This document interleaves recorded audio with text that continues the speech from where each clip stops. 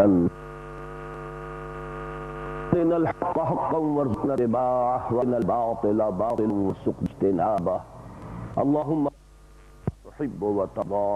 آمین یا رب العالمین۔ محترم خواتین، معزز حاضرین، میں نے اپنے اس خطاب کے لیے بڑی ترتیب اختیار کی ہے کہ پہلے خواتین کا نام لیا ہے اور بعد میں حاضرین کا۔ اس کی وجہ آپ کو معلوم ہے کہ آج کا یہ اجتماع بالخصوص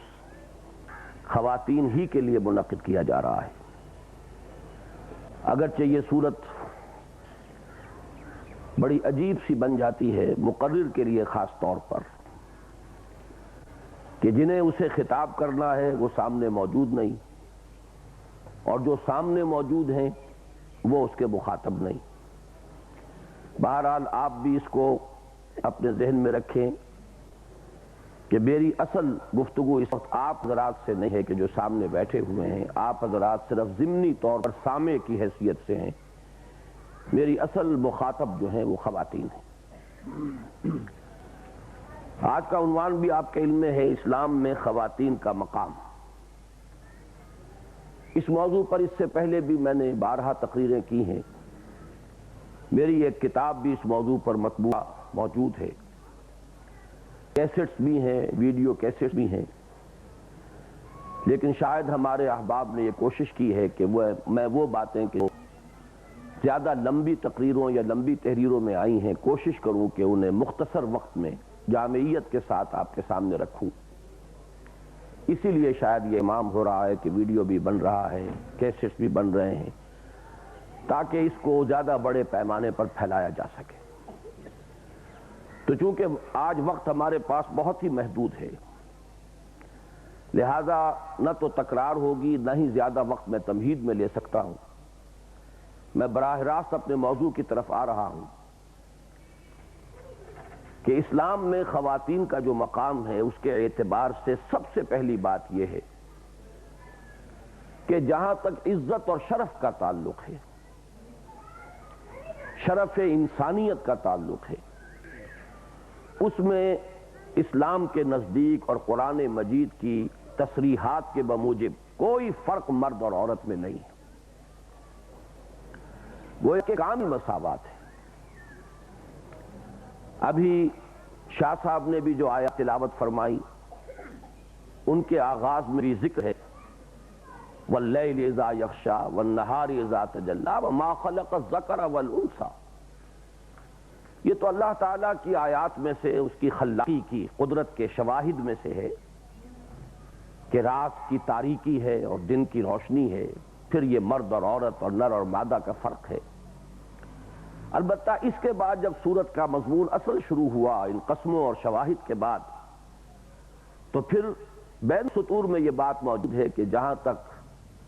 انسان کی سعادت یا شقاوت کا تعلق ہے، خواہ وہ مرد ہو خواہ عورت، اس مابین کوئی فرق نہیں۔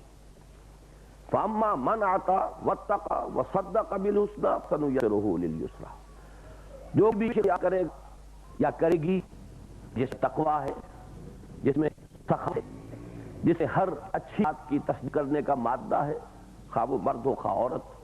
اس کے لیے منزل آسان سے آسان ہوتی چلی جائیں گی، یہاں تک کہ اللہ تعالیٰ اسے سب سے آخری آسان منزل یعنی جنت میں پہنچائے گا۔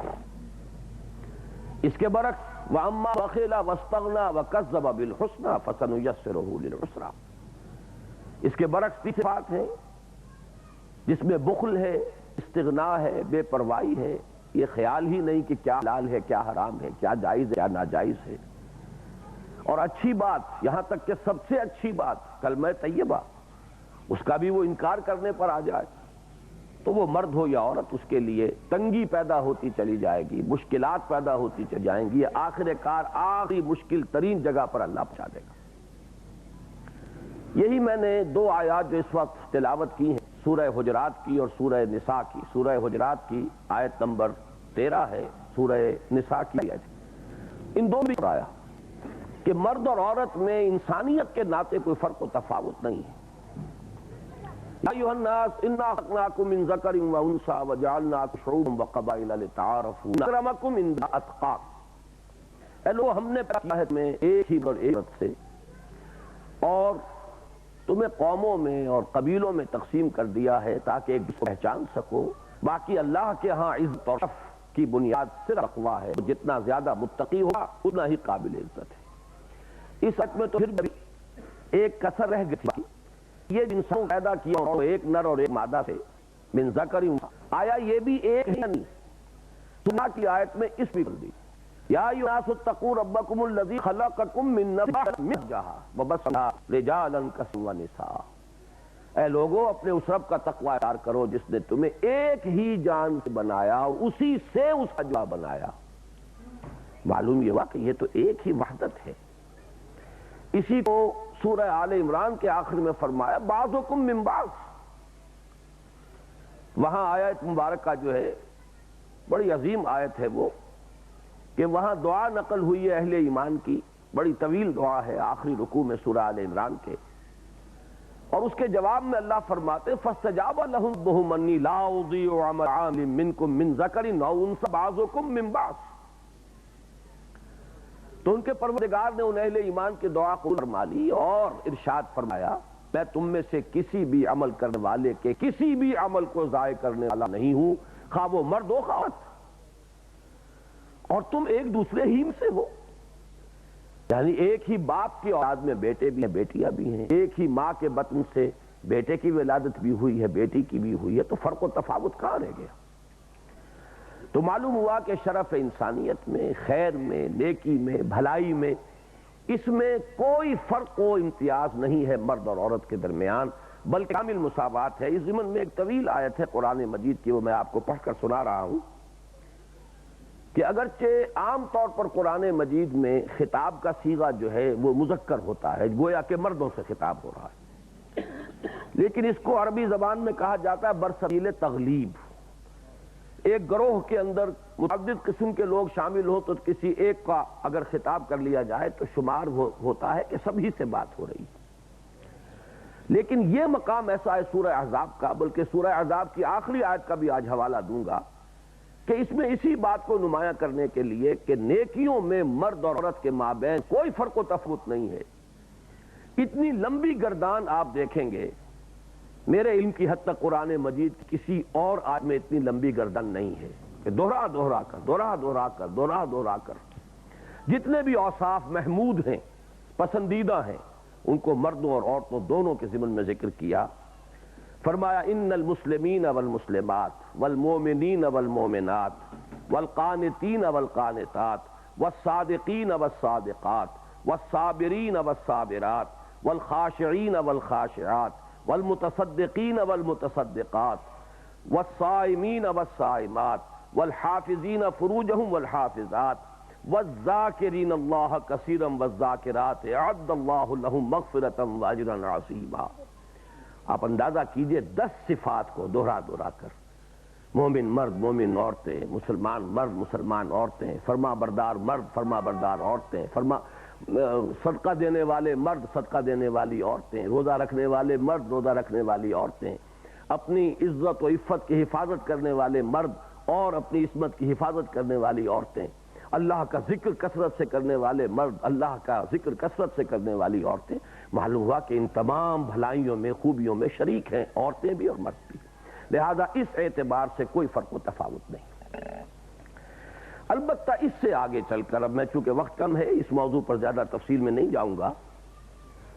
دوسری بات یہ ہے کہ جہاں تک تمدن کے نظام کا تعلق ہے اس تمدن کے نظام میں یقیناً اسلام کی روح سے مرد اور عورتیں برابر نہیں ہیں. اس لیے کہ اللہ تعالیٰ نے ان کی جسمانی ساخت کا فرق رکھا ہے اور جسمانی ساخت ہر ایک کو معلوم ہے. اصل میں اس سے بھی اہم تر حقیقت یہ ہے کہ نفسیاتی ساخت کا فرق ہے. مرد کی نفسیات اور ہیں عورت کی نفسیات اور ہیں. جو خالق ہے جیسے کہ سورۃ الملک میں فرمایا الا یعلم من خلق کیا وہی نہ جانے گا جس نے بنایا ہے جس نے پیدا کیا ہے. وہ خالق ہے وہ جانتا ہے کہ ہر سیرا بہرے کار ساختن اللہ تعالیٰ نے جس کو جس کام کے لیے بنایا ہے اسی کی ذمہ داریاں اس کو سونپ دی ہیں اسی کے فرائض اس کے حوالے کیے ہیں. یہ اصل میں مغربی تہذیب کا بہت بڑا ظلم ہوا ہے اور واقعہ یہ کہ یہ ظلم حقیقتاً عورتوں پر ہوا ہے، دہائی دی گئی ہے عورتوں کی مظلومیت کی، لیکن ان پر ظلم ہوا ہے۔ ظلم اس اعتبار سے کہ عورت کے جو فرائض ہیں بحیثیت عورت، وہ تو وہ ادا کرنے پر مجبور ہے ہی، اس لیے کہ مرد وہ فرائض ادا کر ہی نہیں سکتا،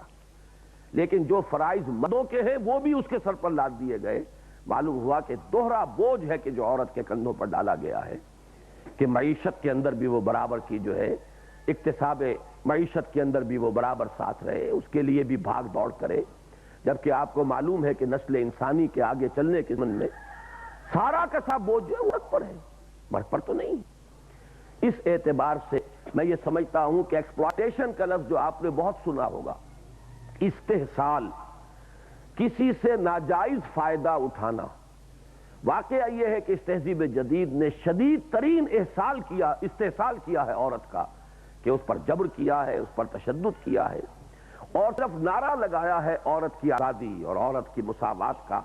بظاہر یہ الفاظ جو ہیں وہ اتنے دلکش ہیں اور اتنے حسین ہیں کہ خواتین جو ہیں وہ ان کے پھندے میں پھنس جاتی ہیں، ورنہ تجزیہ کریں تو واقعہ یہ ہے کہ یہ بہت ہی شدید استحصال ہے خواتین کا۔ اس میں تو واقعہ یہ ہے کہ مغربی تہذیب نے تو عورت کو کھلونا بنا کر رکھ دیا،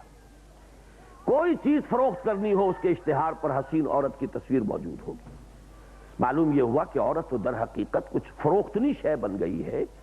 جسمانی حسن جو ہے وہ غالباً ذریعہ بن گیا ہے پبلسٹی کا اور چیزوں کے لوگوں کو اس سے متعارف کرانے کا۔ تو میں یہ سمجھتا ہوں کہ واقعتاً احترام کا جہاں تک تعلق ہے، عورت کی حرمت جس درجے اس جدید تہذیب میں پامال ہوئی ہے، میں آپ سے بیان نہیں کر سکتا اپنا شدت احساس، اس لیے کہ شنیدہ کہ بود مانند دیدہ، جب تک آدمی نے مشاہدہ نہ کیا ہو اسے اندازہ نہیں ہو سکتا کسی چیز کا، خواہ کوئی شخص کتنا ہی اس کو بیان کرے۔ واقعہ یہ ہے کہ میں نے جب سویڈن وغیرہ میں جا کر مشاہدہ کیا کہ عورت کس درجے اس کی تذلیل ہوئی ہے وہاں، اس کا اس سے پہلے مجھے اندازہ نہیں تھا کہ در حقیقت انتہائی بے حرمتی اور تذلیل جو ہے وہ عورت کی ہوئی ہے اس مغربی تہذیب میں۔ بہرحال اس وقت چونکہ وقت کم ہے تو میں صرف یہ عرض کر دوں کہ جہاں تک تمدنی نظام کا تعلق ہے، اس نظام میں مرد اور عورت برابر نہیں، اس کا ایک قانونی ڈھانچہ ہے، البتہ جو کمی عورت کے حق میں اس قانونی ڈھانچے میں رہ جاتی ہے، یہ بھی در حقیقت اللہ تعالیٰ کی حکمت کا بہت بڑا مظہر ہے۔ در حقیقت انسان کے عقل کی رسائی وہاں تک نہیں ہے۔ عربی میں کہتے ہیں کسر کا جبر،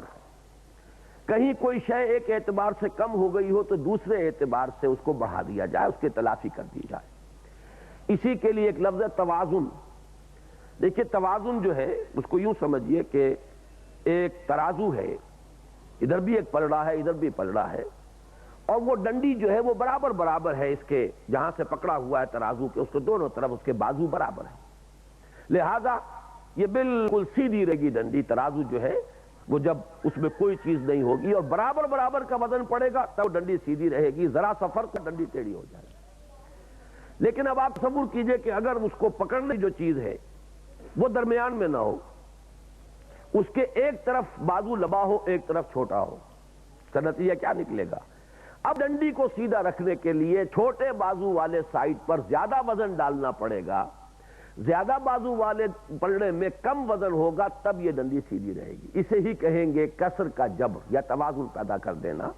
کہ یہاں بازو چھوٹا تھا تو وزن زیادہ ہوگا، یہاں بازو ہے لمبا تھا تو وزن جو ہے وہ بھی زیادہ کرنا پڑا۔ اس اعتبار بازو اگر چھوٹا تھا تو وزن زیادہ صحیح ہے، اور اسی طریقے سے اگر بازو لمبا تھا تو وزن کم میں وہ توازن پیدا ہو جائے گا۔ بالکل یہ بات ہے کہ جو نظام اسلام نے قانونی دیا ہے اس میں یقیناً عورت کے حقوق و اختیارات مرد کے حقوق و اختیارات سے کم۔ مثلا یہ کہ تمدن کا آغاز ہوتا ہے نکاح کے رشتے سے، رشتہ ازدواج۔ اس رشتہ ازدواج میں اسلام نے اس کی بنیاد پر ایک خاندانی نظام وجود میں آتا ہے، تو سب سے پہلے رشتہ ازدواج میں مرد کو فائق رکھا اور جو طلاق کا حق ہے، اختیار، وہ اس کو مطلقاً عطا کر دیا۔ اخلاقی اس کے اوپر تعلیم ہے کہ زیادتی نہ کی جائے، بلا وجہ طلاق نہ دی جائے، کوشش کی جائے کہ یہ جو حلال چیزوں میں سب سے زیادہ مبغوض شے ہے اللہ کے نزدیک ان ابغض الحلال عند اللہ الطلاق، تو اس کو جس حد تک انسان اس سے بچ سکے بہتر ہے، لیکن یہ کہ پھر بھی اختیار ہے، جبکہ عورت کو یہ اختیار نہیں دیا گیا، الا یہ کہ مخصوص حالات میں نکاح کے وقت ہی اگر عورت یہ طے کرا لے، تفویض کروا لے تو بات دوسری ہے، لیکن جو نارمل نظام ہے، جو ہمارے آئلی قوانین ہیں، اس میں عورت کو یہ حق حاصل نہیں ہے، وہ خلا لے سکتی ہے، شوہر کو راضی کرے، اپنا مہر چھوڑے پورا یا نصف، یا پھر عدالت میں جائے، یا جو بزرگ ہیں خاندان کے ان کے پاس دہائی دے کہ میرے ساتھ ظلم ہو رہا ہے یا میں اس شوہر کے ساتھ نباہ نہیں کر سکتی تو مجھے علیحدگی کا جو ہے وہ دیا جائے، لیکن از خود طلاق وہ نہیں دے سکتی، جبکہ مرد از خود طلاق دے سکتا ہے۔ یہی وہ بات ہے جو ہماری آج کل جو جدید ذہن کی بیگمات ہیں ان کے حلق سے نیچے نہیں اترتی، لیکن یہ کہ اسلام میں ماننا پڑتا ہے کہ یہ نظام ہے۔ پھر یہ کہ جو گھر کا نظام وجود میں آیا اس کے بارے میں فرمایا کہ الرجال قوامون علی النساء، اور اس کا ترجمہ صحیح ترین یہ ہوگا کہ مرد عورتوں پر حاکم ہے، اس لیے کہ قامہ کے بعد جب علا کا صیغہ آ جاتا اس پر کھڑے ہیں، قائم ہے، قوام جو ہے وہ تو مبالغے کا صیغہ ہے، قائم سے کھڑا ہونے والا، قوام بہت قوت کے ساتھ کھڑا ہونے والا، اور پھر اعلیٰ کا جب آ جائے گا صلہ تو قوامون علی النساء، معلوم یہ ہوا کہ مرد عورتوں پر حاکم ہے۔ کس معنی میں؟ کہ خاندان کا یہ مختصر سا ادارہ جو ہے اس میں بہرحال سربراہی جو ہے وہ مرد کے پاس ہے، عورت کو آپ وزیر کہہ لیں کہ اس گھر کے اندر وزیر کی حیثیت اس کی ہے، پورا جو خاندان ہے، اولاد ہے، اس میں ظاہر بات ہے کہ والدین ہونے کے اعتبار سے اولاد کے ذمے ہے کہ دونوں کا ادب کریں، دونوں کا احترام کریں، بلکہ اس اعتبار سے میں ایک بات ابھی عرض کروں گا کہ وہ جو کسر کا جبر ہے اس میں شریعت نے عورت کا حق زیادہ کر دیا، جہاں قانونی طور پر کمی رکھی کہ مرد کو طلاق کا اختیار ہے عورت کو نہیں، خاندان کی سربراہی مرد کی ہے عورت کی نہیں، وہاں اب اس تلافی جو کی گئی ہے، اس کسر کا جبر جو کیا گیا ہے وہ اس طور سے کہ والدین کے حقوق میں سے مثلا قرآن مجید میں اگرچہ متعدد مقامات پر 4 مقامات میرے سامنے موجود ہیں اس وقت جن میں اللہ تعالیٰ کے حق کے فوراً بعد والدین کے حق کا ذکر ہے، وَقَضَىٰ رَبُّكَ أَلَّا تَعْبُدُوا إِلَّا إِيَّاهُ وَبِالْوَالِدَيْنِ إِحْسَانًا، لیکن 2 مقامات ایسے ہیں کہ جن میں خاص طور پر ماؤں کا ذکر کیا گیا ہے، حَمَلَتْهُ أُمُّهُ وَهْنًا عَلَىٰ وَهْنٍ وَفِصَالُهُ فِي عَامَيْنِ أَنِ اشْكُرْ لِي وَلِوَالِدَيْكَ، اور اسی کی وضاحت ہمیں مل گئی حدیث نبوی میں کہ حضور سے ایک صحابی نے پوچھا کہ میرے حسن سلوک کا سب سے بڑھ کر مستحق کون ہے؟ آپ نے فرمایا تمہاری والدہ، پھر سوال کیا ان کے بعد کون؟ پھر فرمایا تمہاری والدہ، تیسری مرتبہ پوچھا پھر کون؟ پھر فرمایا تمہاری والدہ،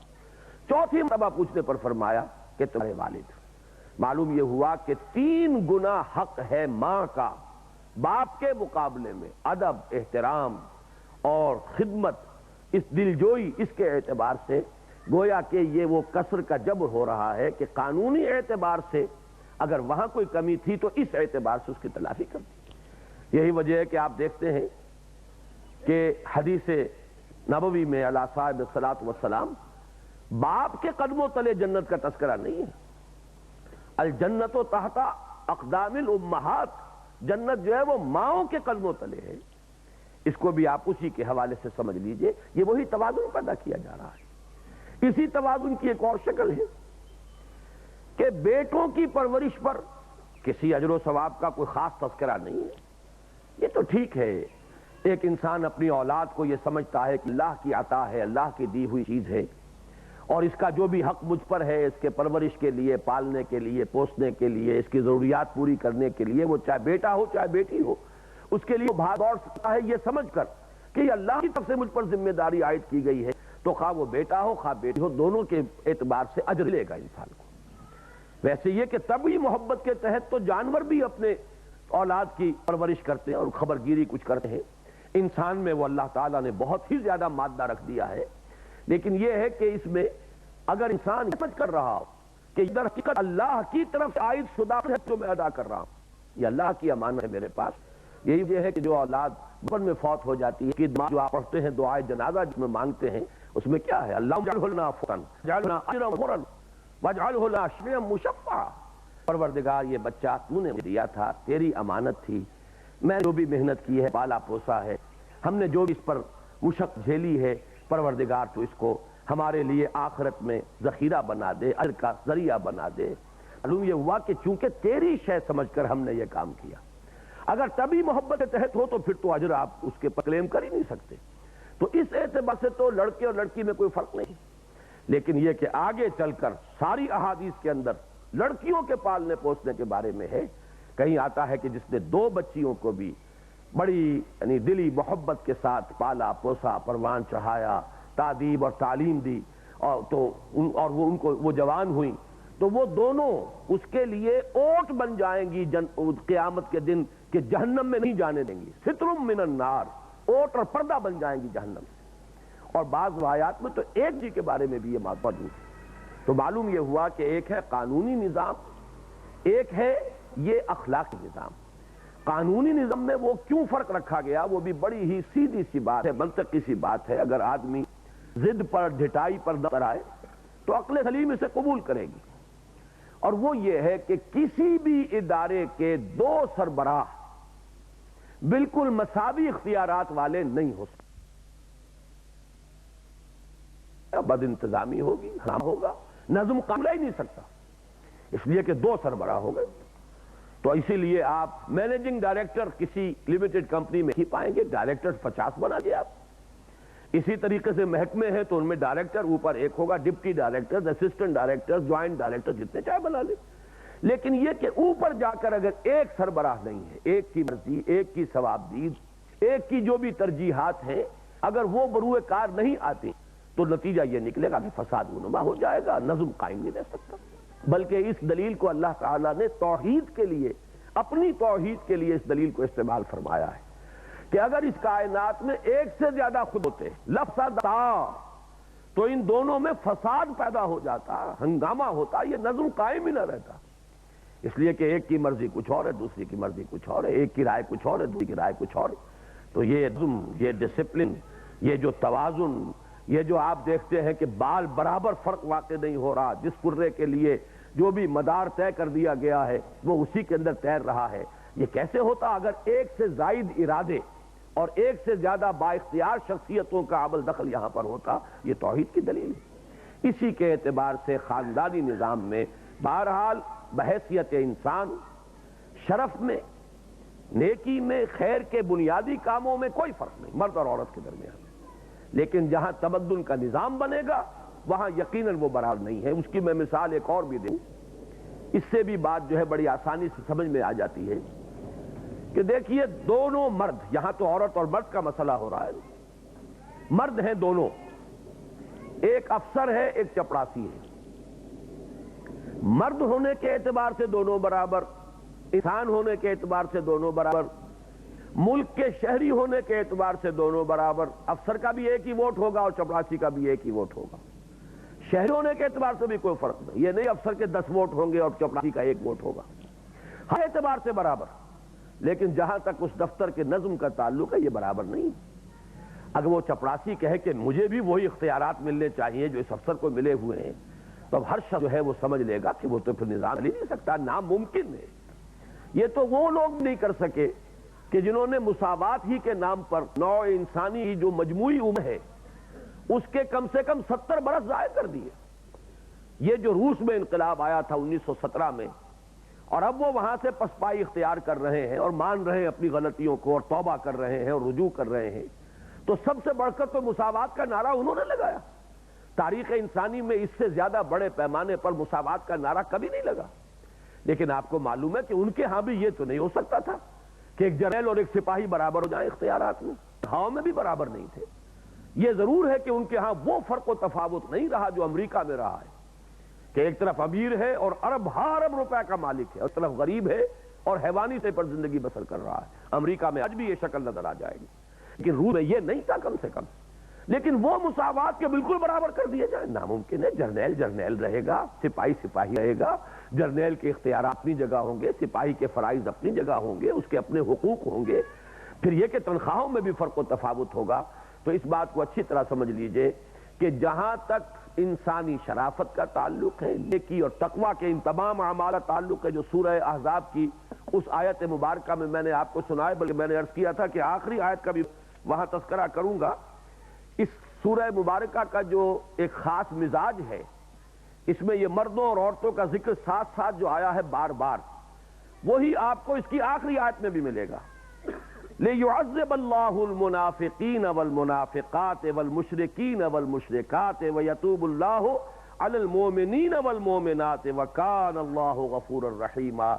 تاکہ اللہ تعالی عذاب دے منافق مردوں کو بھی، منافق عورتوں کو بھی، مشرک مردوں کو بھی، مشرک عورتوں کو بھی، اور تاکہ اللہ تعالیٰ توبہ قبول فرمائے اپنے مومن بندوں کی بھی اور اپنی مومن بندیوں کی بھی۔ تو معلوم یہ ہوا کہ یہ جو دو صورتیں ہیں یہ نوٹ کر لیجئے، سورہ نور اور سورہ احزاب، یہ معاشرتی نظام سے متعلق قرآن مجید میں جامع ترین صورتیں یہی، انہی میں احکام سطر اور حجاب کے،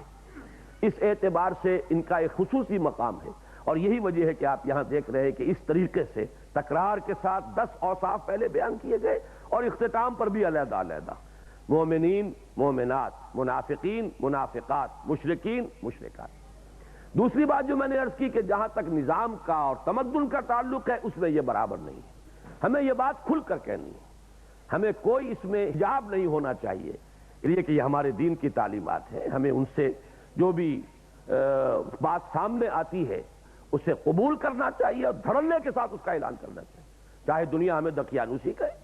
اس اعتبار سے ضرورت ہے کہ ایک اعتماد پیدا ہو ہمارا اس کتاب پر اور محمد الرسول اللہ صلی اللہ علیہ وسلم۔ مجھے ایک واقعہ یاد آیا کہ بعض صحابہ نے حضور کے سامنے ایک مسئلہ رکھا کہ یہ یہودی جو ہے ہمیں چھیڑتے ہیں، چڑھاتے ہیں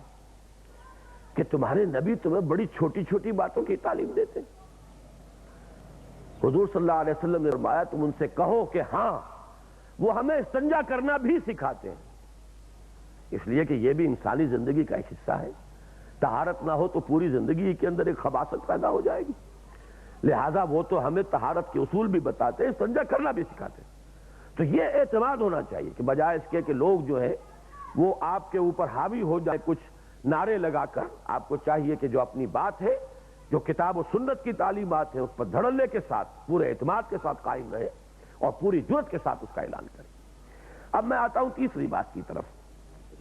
دینی معاملات میں ایک تو مسئلہ وہ ہے، نماز ہے، روزہ ہے، حج ہے، عمرہ ہے، صدقہ ہے، یہ تمام جو چیزیں ذکر ہے، یہ تمام چیزیں جو ہیں جن کا ذکر سورہ احزاب کی اس آیت میں آیا۔ ایک اس سے اوپر کا مرحلہ ہے، دین کی تبلیغ، دین کی دعوت، اور دعوت اور تبلیغ سے بھی اونچا ایک مرحلہ ہے دین کی اقامت، دین کو غالب کرنا، دین کو قائم کرنا، دین کے نظام کا بول بالا کرنا۔ اس میں عورتوں کا کتنا حصہ ہے؟ آیا اس میں بھی وہ برابر کی شریک ہوں گی؟ آیا اس میں بھی ان کا معاملہ وہی ہے کہ جو مردوں کا ہے، یا یہ کہ اس میں فرق و تفاوت رہے گا؟ اس کو میں چاہتا ہوں، چونکہ مجھ سے کہا گیا تھا کہ بعض خواتین اس مسئلے میں خاصی پریشان ہیں، اس لیے کہ ضرورت تو واقعتاً محسوس ہوتی ہے کہ مغربی ذہن رکھنے والی اور مغربی تہذیب کی دلدادہ خواتین تو سڑکوں پر بھی آتی ہیں، نعرے لگاتی ہیں، جلوس نکالتی ہیں، اسلام کے خلاف، قرآن مجید کے صریح احکام کے خلاف۔ اب اگر ان کا مقابلہ مسلمان عورت نہ کرے تو معلوم یہ ہوتا ہے کہ بازی ہار جائیں گے، ہم اس میدان میں آنا پڑے گا۔ ایک ضرورت کا احساس ہے، لیکن یہ کہ اس کے ساتھ ہی اسلام کی جو تعلیمات بنیادی سطر ہے، حجاب ہے، گھروں میں رکے رہنا ہے، وقرن فی بیوتکن، پھر اسلام نے عورت پر جو اصل ذمہ داری ڈالی ہے، اولاد کی پرورش ہے، اس کی تربیت ہے، شوہر کی خدمت ہے، شوہر کے لیے گھریلو ماحول کو بہت پرسکون بنانا ہے تاکہ اسے سکون حاصل ہو، لِتَسْكُنُوا إِلَيْهَا، یہ بھی قرآن مجید کے الفاظ ہیں، یہ اس کی ہے کہ جو پرائمری رسپانسبلٹیز ہیں، بنیادی ذمہ داریاں ہیں۔ اب ان دونوں کے اندر یقیناً ایک تصادم آ جاتا ہے کہ یہ متضاد ہیں، یہ دو تقاضے، ان کو کس حد تک پورا کیا جائے۔ اس میں جہاں تک میرا مطالعہ ہے، نوٹ کر لیجئے، جب تک سطر اور حجاب کے احکام نازل نہیں ہوئے تھے، یہ تو آپ کو معلوم ہے شریعت پوری ایک دم تو نہیں آئی تھی، بلکہ یہ کہ رفتہ رفتہ تدریجاً، اور شریعت احکام اکثر و بیشتر آئے ہیں ہجرت کے بعد۔ اس سے پہلے نہ پردے کے احکام تھے، نہ سطر کے احکام تھے، نہ اور کوئی دوسری شریعت کے اندر جو چیزیں حرام کی گئیں، ابھی شراب بھی حرام نہیں تھی، جوا بھی حرام نہیں تھا، سود بھی حرام، کوئی شے حرام نہیں تھی۔ ابھی تو بنیادی بات توحید، رسالت پر ایمان، آخرت پر ایمان، اخلاق حسنہ، تزکیہ نفس سارا زور اس پر صرف ہو رہا تھا۔ اس وقت تک تو ہمیں یہ نظر آتا ہے کہ صحابیات بھی بالکل دوش بدوش تھیں، شانہ بشانہ تھیں،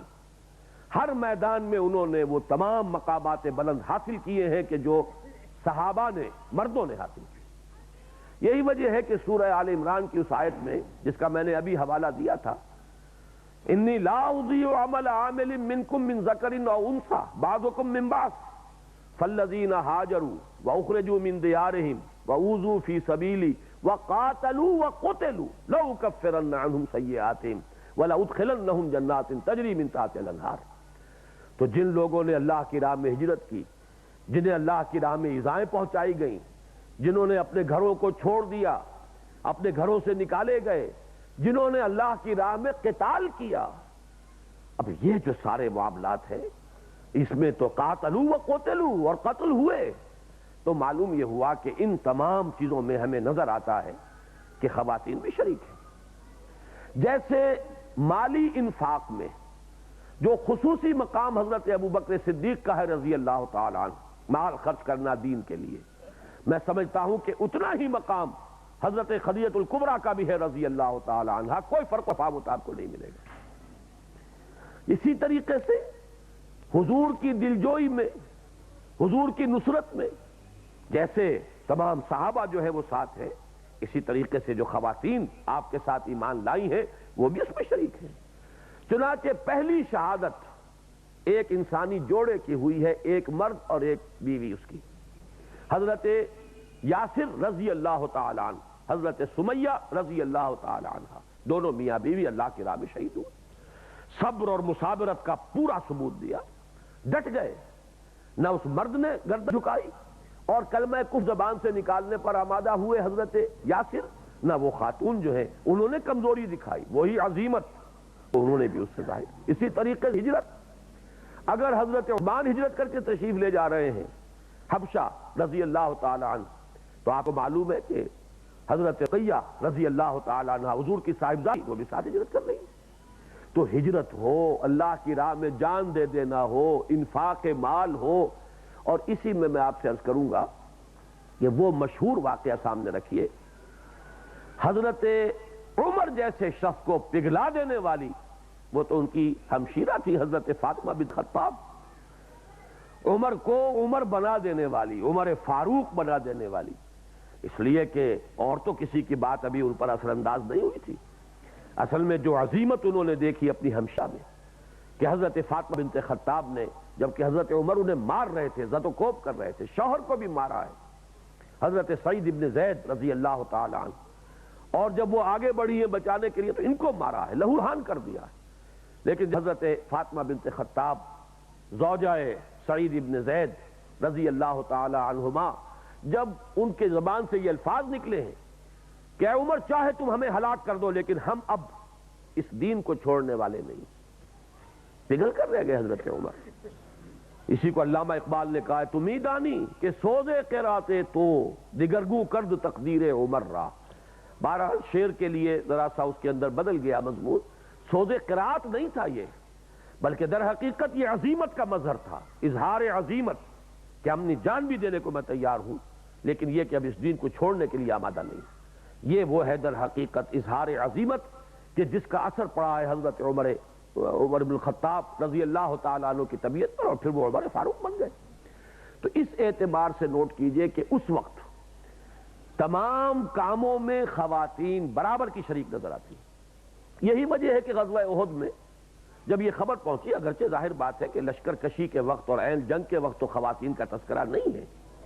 جس طرح ہند آئی ہے کفار کے لشکر کے ساتھ، بعد میں چونکہ وہ بھی ایمان لے آئی ہیں، ہمیں ادب سے نام لینا چاہیے، لیکن یہ کہ اس وقت تک تو وہ خون کی پیاسی، نہ صرف حضور کی بلکہ خاص طور پر حضرت حمزہ کی، اور پیٹ چاک کروا کے کلیجہ چبایا ہے، تو وہ جب آئی ہیں تو وہ تو ان کے بارے میں تو آپ کو معلوم ہے کہ رجز پڑھے ہیں، جیسے آج کل کا رواج ہے، انہوں نے یعنی گاتے ہوئے رجز پڑھ کر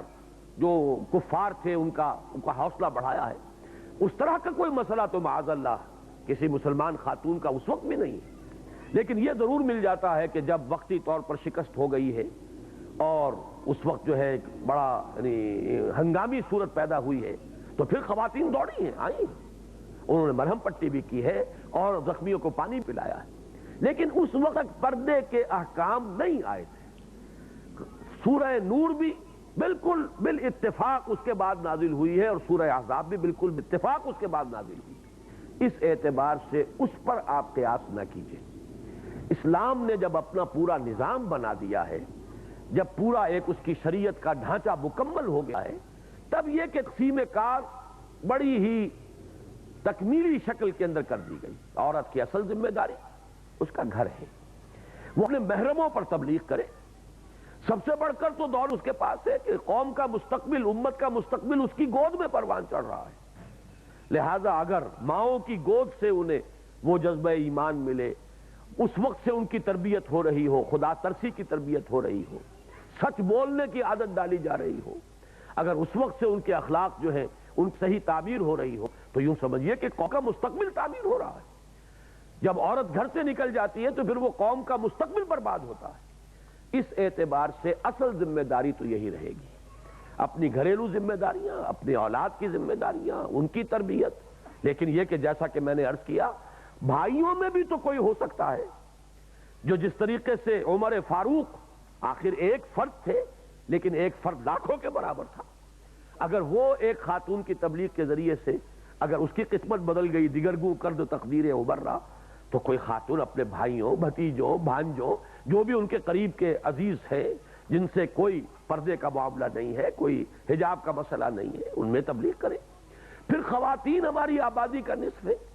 لیکن خواتین کے ضمن میں بھی بہت زیادہ ایکٹیویٹی نہیں ہو سکتی ہماری خواتین کی، اس لیے کہ بہت وقت لگائیں گی تو ظاہر بات ہے گھریلو ذمہ داریاں جو ہے اس کو نقصان پہنچے گا۔ البتہ یہ ضرور ہے کہ خاص عمر کے بعد عورت کو فراغت ملتی ہے، چھوٹے بال بچوں کا جو بھی اس وقت بوجھ ہوتا ہے وہ ختم ہو جائے، اس کے بعد اگر کوئی خاتون جو ہے وقت نکالتی ہے، آرگنائز کرتی ہے، تو اس میں کوئی چیز حرام نہیں ہے، کوئی چیز ایسی نہیں ہے کہ مطلقاً منع کر دیا گیا ہو۔ لیکن جو بات میں کہہ رہا ہوں وہ یہ ہے کہ جو ہمارا تمدن کا ایک ڈھانچہ ہے، جو نظام ہے، جو تقسیم کار ہے، اس اعتبار سے بہت زیادہ ایکٹیو ہونا، بہت زیادہ لگنا، بہت زیادہ گھر سے باہر رہنا، یہ چیز جو ہے ہمارے اس فلسفے میں فٹ نہیں بیٹھتی۔ جو بھی نظام شریعت کا بنا دیا گیا ہے ہمیں اسی کو کرنا چاہیے، اور اس میں جتنی بھی گنجائش نکل آئے اس کے اندر ضرور کام کیا جائے۔ البتہ یہ ہے کہ ایک وقتی ضرورت کی دلیل سے ہم اس کے اندر خود زیادہ سے زیادہ گنجائشیں پیدا کرتے نہ چلے جائیں، بلکہ کوشش کریں کہ ہم پیروی کریں اس شے کی جو ہمیں دی گئی ہے۔ اسی ضمن میں اب چوتھی بات میں عرض کروں گا کہ یہ جب گھریلو نظام ہمارا یہ ہے، تمدن کا نظام یہ ہے، مزید برآں دین کے کام کے ضمن میں بھی خواتین کا یہ دائرہ ہے کہ جو شریعت نے معین کیا ہے۔ اسی میں وہ واقعہ سنا دینا چاہتا ہوں کہ جو میری کتاب میں تو موجود ہے کہ غزوہ خیبر کے موقع پر چند خواتین نکلی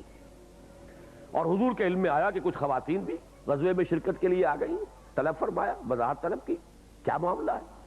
انہوں نے کہا کہ ہم بھی آپ کے ساتھ چلیں گی، ہم مریضوں کی دیکھ بھال کریں گی، مرہم پٹی کریں گی، پانی پلائیں گی۔ حضور نے فرمایا قطعاً نہیں، واپس چلی جاؤ۔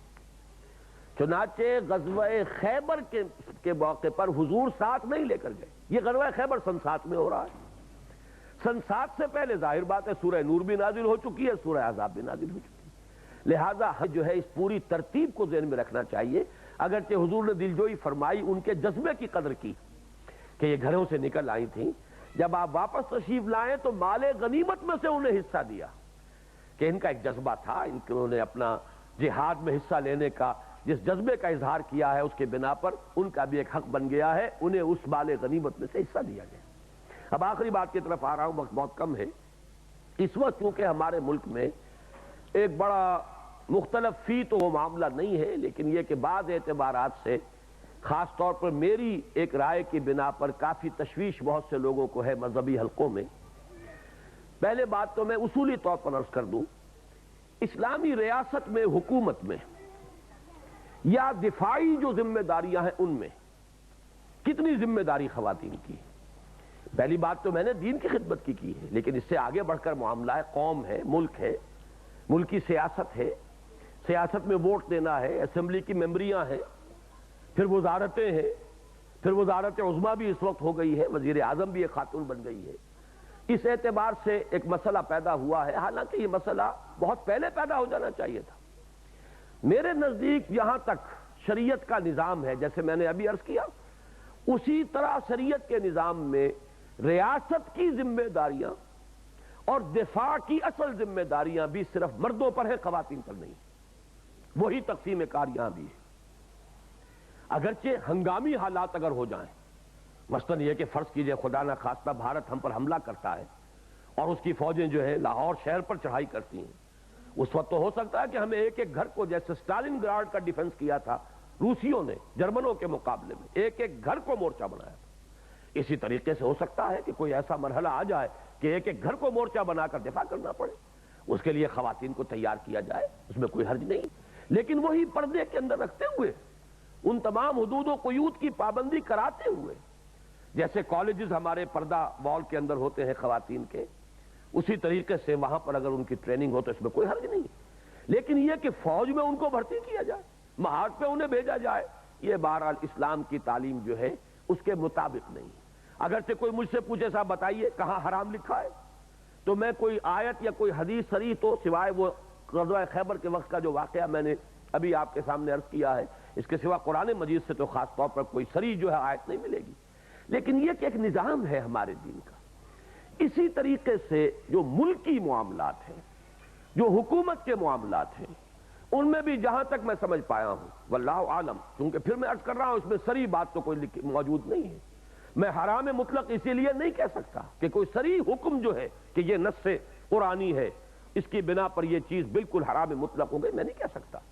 لیکن نظام جو ہے اس کے اعتبار سے اس پورے فلسفے کو سامنے رکھیے تو میرے نزدیک تو زیادہ سے زیادہ گنجائش ووٹ دینے کی بنتی ہے۔ اس سے آگے الیکشن لڑنا، اسمبلیوں میں جانا، وزارتیں چاہے وہ چھوٹی ہوں چاہے بڑی ہوں، یہ سب اسلام کے مزاج کے خلاف ہے، اسلامی تعلیمات کے منافی ہے۔ ووٹ کا معاملہ یہ ہے کہ ملکی مسائل ہیں، ان کے بارے میں خواتین بھی بہرحال سوچیں، غور کریں، اپنے گھروں میں رہ کر بھی وہ سوچ سکتی ہیں، تعلیم بھی ہم ان کے لیے انتظام کریں گے اگر اللہ تعالیٰ نے ہمارے ہاتھ میں اس کا اختیار دیا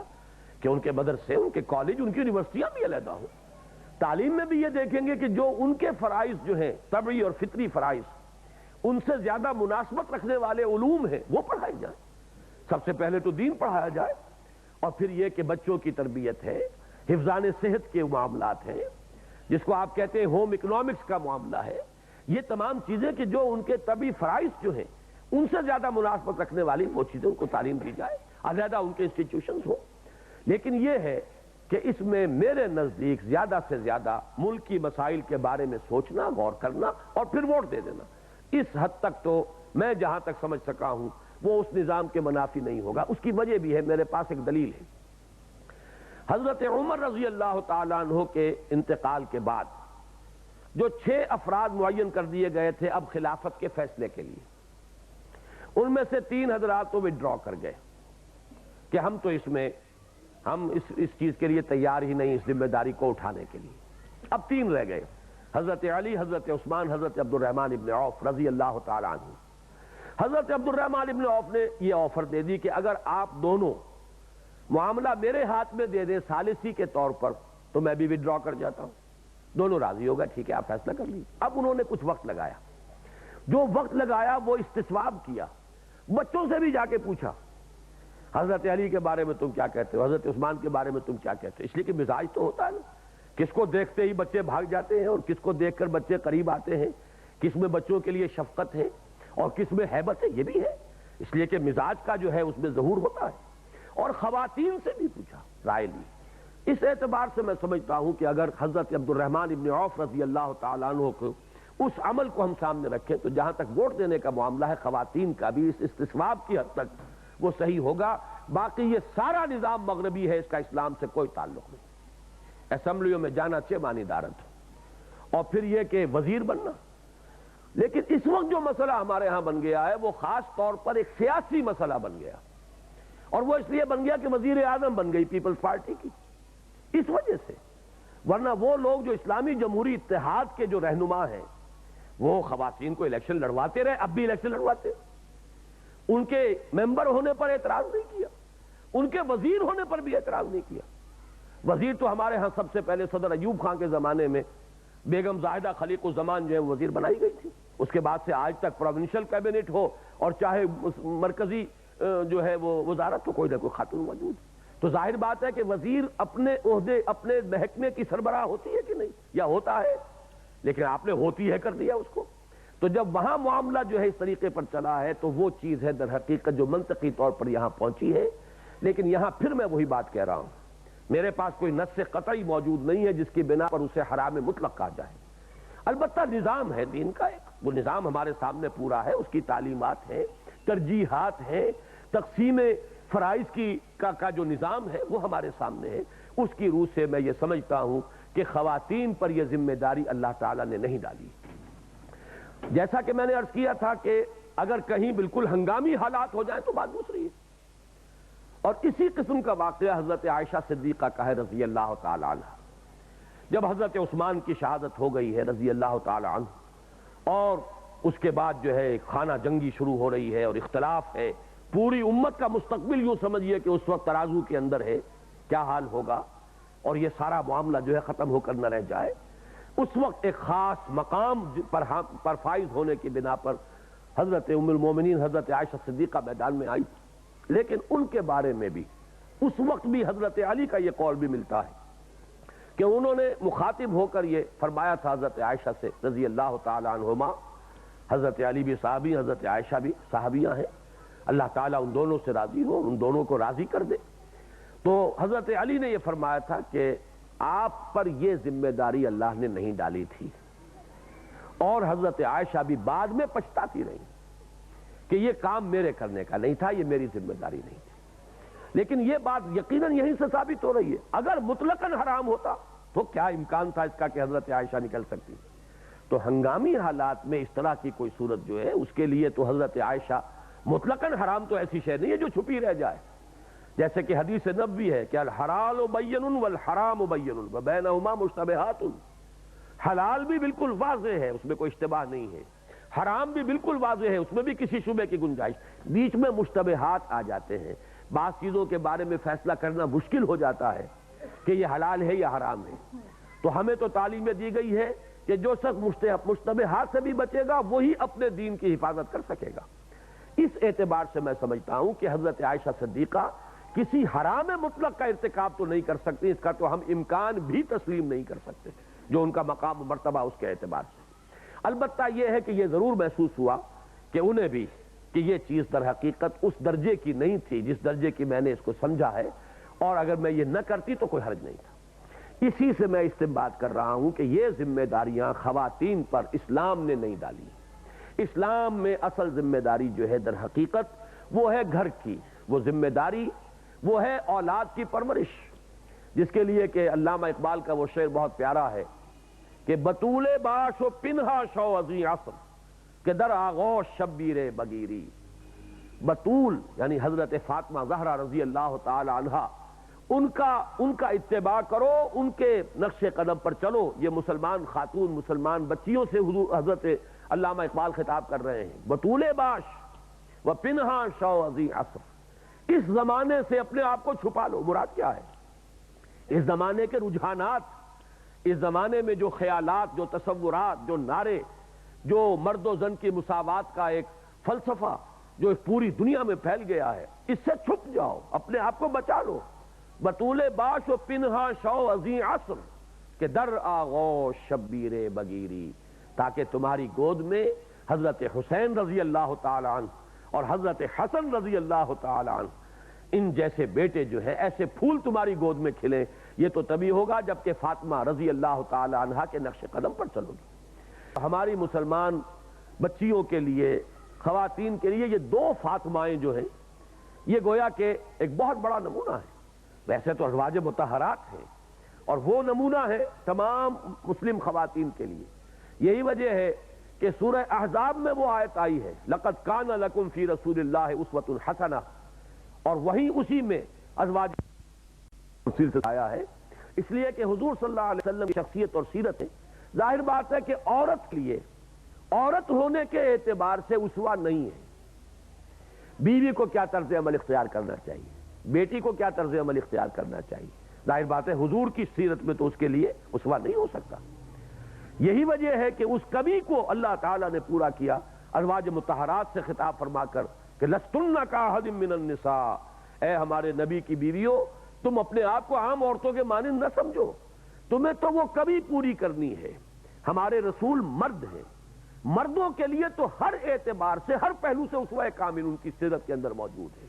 حکمران کے لیے بھی ہے اور قاضی القضات کے لیے بھی ہے، سپہ سالار کے لیے بھی ہے، خطیب مسجد کے لیے بھی ہے،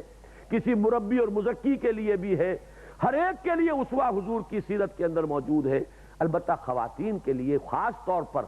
جو ان کی نسوانی زندگی کا پہلو ہے اس کے لیے اسوہ حضور نہیں بن سکتے. اس کمی کو پورا کیا جا رہا ہے ازواج مطہرات کے اسوے سے. لیکن ویسے میں نے عرض کیا کہ دین کی دعوت اور تبلیغ اور اس کے ضمن میں خاص طور پر جہاں تک تعلیم کا تعلق ہے اس میں تو حضرت عائشہ صدیقہ بہت بڑا اسوہ ہے، بہت بڑی معلمہ امت. اور یہی حکمت تھی اصل میں کہ ان کی اس نوعمری میں حضور کے ساتھ شادی ہوئی، اور جب بیوہ ہوئی ہے تو کل 18 برس کی عمر تھی، اور باقی پوری عمر جو ہے اب انہوں نے وہ ذمہ داری جو ہے معلمہ امت کی ادا کی ہے، تاکہ وہ تعلیم خاص طور پر وہ گھریلو معاملات جو ہے انہیں تو حضور کی کوئی زوجہ ہی بتا سکتی تھی اور وہی اس کے ضمن میں رہنمائی امت کی فرما سکتی تھی. یہ کام حضرت عائشہ صدیقہ نے کیا. تو تعلیم میں اور ان کا شمار فقہائے امت میں ہوتا ہے. فقہائے صحابہ یہ چوٹی کے فقیہ ہیں، سمجھنے والے دین کے احکام کو اور ان کی حکمتوں کو. ان میں جہاں حضرت علی اور حضرت عمر رضی اللہ تعالیٰ عنہما کا مقام ہے وہیں حضرت عائشہ صدیقہ کا مقام ہے. جیسا کہ میں نے عرض کیا تھا کہ انفاق مال میں جو رتبہ حضرت ابو بکر صدیق کا ہے وہی حضرت خدیجہ الکبریٰ رضی اللہ تعالیٰ عنہ کا ہے. لیکن یہ کہ اس اعتبار سے یہ دو فاطمائیں جو ہیں ہمارے لیے اسوہ بنتی ہیں. ایک فاطمہ بنت خطاب جس نے عمر ابن خطاب کو عمر فاروق بنایا، اور ایک فاطمہ بنت محمد رضی اللہ تعالی عنہا و صلی اللہ علیہ وسلم کہ جن کی گود میں حضرت حسن اور حضرت حسین جیسے پھول کھلے. یہ ہے وہ کردار کہ جو ایک مسلمان عورت جو ہے وہ اسلام کے اندر حدود میں رہتے ہوئے بھرپور طور پر ادا کر سکتی. اب یہ صرف چند منٹ ہے، میں عرض کر دوں آخری بات پانچویں، اور وہ ہے ستر و حجاب کا معاملہ. ستر و حجاب کے جو احکام اسلام نے دیے ہیں در حقیقت ان کا تعلق بھی استحکام اسرہ کے ساتھ ہے. اسرہ کہتے خاندان کو، خاندانی نظام کو مستحکم کرنے کے لیے ایک طرف تو سربراہ بنایا مرد کو، دوسری طرف اس خاندانی نظام کے اندر جو محبت کی چاشنی ہے اس کو بھرپور طور پر برقرار رکھنے کے لیے کہ شوہر اور بیوی کے درمیان ہی وہ تعلق رہے اور اس کی ادھر ادھر توجہ منقسم نہ ہو. لہذا یہ پردہ جو ہے اس کو شریعت کے اندر لاگو کیا گیا تاکہ یہ انتشار توجہ نہ ہو جائے. اسی لیے کسی نامحرم کے دیکھنے کو بھی آنکھ کی زنا پہ تعبیر کیا گیا اور فرمایا گیا کہ ایک مرتبہ نگاہ اگر پڑ جائے وہ تو اتفاقی طور پر پڑ سکتی ہے، صرف وہ قابل معافی ہے. دوسری مرتبہ اگر پلٹ کر اپنے ارادے سے دیکھا ہے نامحرم کو تو پکڑ ہو جائے گی اور جواب دہی کرنی پڑے گی. یہ اسی لیے ہے تاکہ تمام توجہ جو ہے وہ مرتکز رہے اپنے ہی زوجین کے مابین. اسی سے وہ مضبوط رشتہ قائم ہوگا جو خاندان کے اندر استحکام پیدا کرے گا. اور اس کے ضمن میں ہمارے ہاں بدقسمتی سے ایک اختلاف تو بیان کیا جاتا ہے کہ شروع سے چلا آ رہا ہے، اور وہ منسوب ہے حضرت امام ابو حنیفہ رحمہ اللہ سے. اسی لیے ہم چپ ہو جاتے ہیں، خاموش ہو جاتے ہیں، اگرچہ آج تک ہمیں کوئی بتا نہیں سکا کہ حضرت امام ابو حنیفہ رحمۃ اللہ علیہ کی رائے وہ کہاں لکھی ہوئی ہے اور کس کتاب میں. اور وہ رائے البتہ سننے میں آتی رہتی ہے کہ چہرے کے پردے کے وہ قائل نہیں تھے. یہ بات جو ہے یہ ہمارے ہاں کافی عام ہو چکی ہے، اور تمام عرب ممالک میں تو یوں سمجھیے چاہے وہ امام ابو حنیفہ کو مانتے ہیں یا نہیں مانتے ہیں، سوائے یہ کہ زبردستی کا ایک وہ بھی صرف خانہ پوری کی حد تک جو ہے وہ ایک نقاب سعودی عرب میں تو لازم ہے کہ عورت باہر سے نکلے اگر گھر سے تو وہ نقاب ہونا چاہیے. باقی وہ نقاب بھی اتنا باریک ہوتا ہے جب تک کہ دلی رجحان کو نہ بدلا جائے یہ قانونی پابندیاں جو ہیں یہ کوئی زیادہ فائدہ نہیں پہنچاتی. باقی تمام عالم اسلام کے اندر تقریباً یہ بات تسلیم کی جا چکی ہے کہ چہرے کا پردہ نہیں. اور یہاں تک بات پہنچی ہے کہ عالم اسلام کے عام لوگوں کو تو چھوڑیے، وہاں کے علماء بھی کچھ بہہ گئے ہیں اس رو کے اندر. جو تحریکیں اسلامی وہاں چل رہی ہیں ان میں بھی چہرے کے پردے کو انہوں نے لازمی قرار نہیں دیا، اخوان المسلمون میں بھی نہیں ہے۔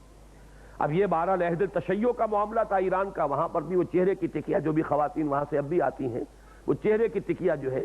اسی طرح زینب غزالی آتی ہیں اخوان کی ایک رہنما مصر سے، ان کو بھی چہرے کا پردہ جو ہے ان کا نہیں ہے۔ اور میں نے تو خود حسن البنا شہید رحمہ اللہ کی بیٹی کو دیکھا تھا کہ وہ بھی چہرے کا پردہ ان کا نہیں تھا، اس لیے کہ ان کے جو شوہر تھے